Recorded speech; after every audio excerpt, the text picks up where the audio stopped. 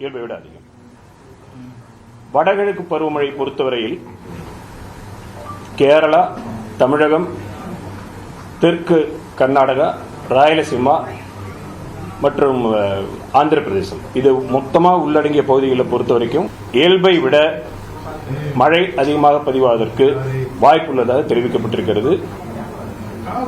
தமிழக பகுதியில் பார்க்கின்ற பொழுது வட தமிழகத்தில் இயல்பிலிருந்து இயல்பை விட அதிகமாக பதிவாவதற்கு வாய்ப்புள்ளது.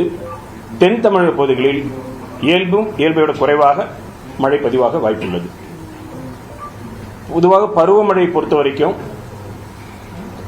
குளோபல் ஸ்கேலில் இருக்கக்கூடிய உலக அளவில் பல பகுதிகளில் நடக்கக்கூடிய நிகழ்வுகள், இப்போ எல் நினோ லா நினாங்கிற மாதிரி நிகழ்வுகள், மற்றும் ரீஜனல் லெவலில் ஐஓடி என்று சொல்லக்கூடிய நம்ம மண்டல பகுதியில் நடக்கக்கூடிய நிகழ்வுகள், மற்றும் லோக்கல் ஸ்கேலில் இருக்கக்கூடிய நிகழ்வுகள், இதெல்லாம் சேர்ந்து தான் இது பண்ணுவாங்க. அந்த வகையில் பார்க்கின்ற பொழுது வடகிழக்கு பருவமழை பொறுத்தவரையில் லானினா என்பது ஒரு முக்கிய, எல் நினோ லானினா என்பது முக்கிய இதுவாக கருதப்படுகிறது, காரணியாக கருதப்படுகிறது. நம்ம இந்த படத்தை பார்க்கும் பொழுது செப்டம்பர் மாதத்தில் இப்பொழுது முழுமையாக நிலநடுக்கோட்டை ஒட்டியுள்ள பசிபிக் கடல் பகுதியில் வெப்பமானது இயல்பை விட குறைவாக இருக்கிறது. லானினா உருவாவதற்கு கிட்டத்தட்ட 80% வாய்ப்பு, இந்த அக்டோபர், நவம்பர், டிசம்பர் மாதத்தில் 80% வாய்ப்பு அதிகம். ஆனாலும் கடந்த 1940 2021 வரைக்கும் எடுத்துக்கிட்டீங்கன்னா 82 ஆண்டுகளில் கிட்டத்தட்ட 42 ஆண்டுகள் லானினா வருடம். அந்த 42 வருடங்களில் 23 வருடங்கள் இயல்பாகவும், 13 வருடங்கள் இயல்பை விட குறைவாகவும், 6 வருடங்கள் இயல்பை விட அதிகமாக இருந்திருக்கு. கிட்டத்தட்ட 69% இயல்பு மற்றும் இயல்பை விட அதிகமாக இருந்திருக்கிறது, வாய்ப்பு இருந்திருக்கிறது. 31% இயல்பை விட குறைவாக இருந்திருக்கிறது. லானினா மட்டும் ஒரு காரணமாக சொல்ல முடியாது. ஏன்னா 2010, 2021 இது 2 லானினா வருடங்கள் தான். அந்த 2010, 2021 2010 43% இயல்பை விட அதிகம், 2021 63% இயல்பை விட அதிகம். ஆனால் 2016 லானினா வருடமாக இருந்த பொழுது 62% இயல்பை விட குறைவு. ஸோ லானினா என்பது ஒரு காரணியாக இருக்கலாம், ஆனால் அந்தந்த வருடம் மற்ற ஃபேக்டர்ஸை வச்சு தான் நம்ம இது சொல்ல முடியும். அந்த வகையில் இது நம்ம வடகிழக்கு பருவமழை என்பது தற்போது தென்னிந்திய பகுதிகளுக்கு தான் மொத்தமாக சொல்றப்ப பார்க்குறோம். அது இயல்பை விட அதிகமாக பதிவாக வாய்ப்பு இருக்கிறது.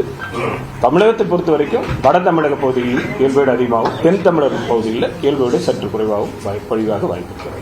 சென்னையோட நிலவரம் சென்னைக்குன்னு லாங் ஃபோர்காஸ்ட் பண்ண மாட்டோம். வடகிழக்கு பருவமழை சொல்றது நம்ம வட தமிழகம் என்று சொல்லப்படுகிறோம். அந்த வகையில் இது பார்க்குறோம். புயல் இந்த காலகட்டத்தில் வெகு காலத்துக்கு முன்பாக நம்ம கணிக்குது. அது அந்த மாதிரி கணிக்கிறதுக்கான இன்னும் துல்லியத்தன்மையான மாடல்கள் கிடையாது. பொதுவாக நம்ம அந்தந்த காலகட்டத்தில் தான் இப்போ 4 வார காலகட்டம் எக்ஸ்டெண்டட் ரேஞ்ச் ஃபோர்காஸ்ட் இருக்கு. அந்த எக்ஸ்டெண்டட் ரேஞ்ச் ஃபோர்காஸ்ட்ல டிடெக்ட் பண்ணி அது தொடர்ந்து கண்காணித்து தெரிவிக்கப்படும். தற்பொழுது நிலவரப்படி இந்த வடகிழக்கு பருவமழையுடைய துவக்கம் என்பதை பார்க்கின்ற பொழுது 4 வார காலகட்டத்துடைய அந்த ஃபோர்காஸ்ட்டை வச்சு பார்க்கும் பொழுது அக்டோபர் மத்தியில், அதாவது 3வது வாரத்து பகுதியை ஒட்டி துவங்குவதற்கான வாய்ப்பு இருக்கிறது.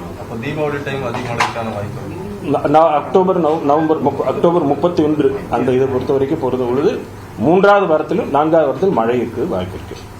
வழக்கமா டிசம்பர்ல சென்னை ஒரு பயமாவே இருக்கும் எல்லாருக்கும். இந்த முறை அந்த மாதிரி ஏதாவது தெரியுதா? இது 3 மாதத்துக்கான காலத்துக்கிட்டத்துக்கு இப்போ சொல்லியிருக்கோம். அக்டோபர், நவம்பர், டிசம்பர் 3மே சேர்ந்து தான். ஒவ்வொரு மாதம் முடிவில் அடுத்த மாதத்தில் நவம்பர் மாதத்தில் டிசம்பர் மாதத்தை பற்றி ஃபோர்காஸ்ட் ஆகி கடந்த முறை மழை பெஞ்சு நிறைய மாதிரியான சூழல் வந்தப்ப வானிலையோட சொல்லி குறித்து ஒரு சின்ன கேள்வி இருக்கப்பட்டது. இந்த முறை முதலமைச்சருக்கு ஆலோசனை கூட்டத்தில் பேசும்போது கூட அதை மேம்படுத்துறதுக்கான பணிகளை நாங்க மேற்கொண்டிருக்கோம். அதாவது மக்களுக்கு உடனுக்குடன் தகவலை தெரிவிக்கிறதுக்கான பணிகளை மேற்கொண்டிருக்கோம். வானிலை ஆய்வு மையம் அதை உறுதிப்படுத்துறது, அதற்கான பணிகளை வானிலை ஆய்வு இது வானிலை தற்பொழுது நிலவரப்படி மிக துல்லியமாக வெகு காலத்திற்கு முன்பே கணிக்கக்கூடிய லெவலில் இன்னும் இந்த சயின்ஸ் கிடையாது.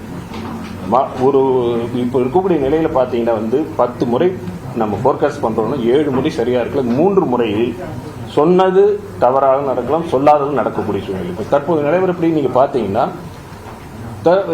குறுகிய காலத்தில் மிக அதிக கனமழை நிகழக்கூடிய நிகழ்வுகள்லாம் நடந்துட்டு.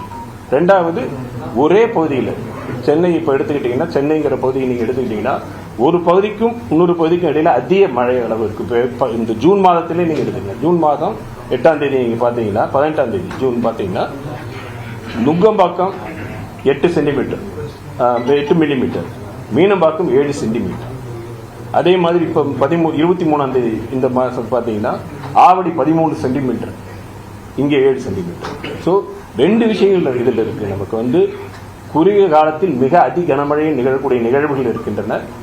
மேலும் சென்னை மாதிரியான நகரங்களை பொறுத்தவரையில் ஒரு பகுதிக்கும் இன்னொரு பகுதிக்கு அதிக வேறுபாடுகள் இருக்கு. இவற்றெல்லாம் கணக்கில் எடுத்து தான் நம்ம இது பண்ணணும். தொடர்ந்து கண்காணித்துட்டு இருக்கோம். அதற்கான நடவடிக்கைகளும் மேற்கொண்டு அட்வான்ஸ்டு ரேடார் தரதா சொன்னாங்க, வந்துச்சா? என்ன இந்த சமீபமே கூட தரதா சொன்னீங்க.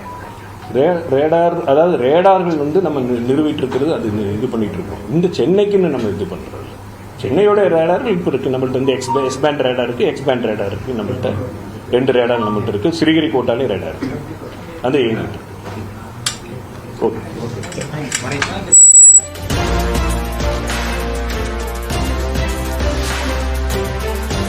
தென்மேற்கு பருவமழை 18% அதிகமாக பெய்துள்ளது என்றும், வடகிழக்கு பருவமழை அக்டோபர் 3வது வாரத்தில் தொடங்கும் என்றும் சென்னை வானிலை ஆய்வு மைய தென்மண்டல தலைவர் பாலச்சந்திரன் செய்தியாளர்களை சந்தித்து பேசினார்.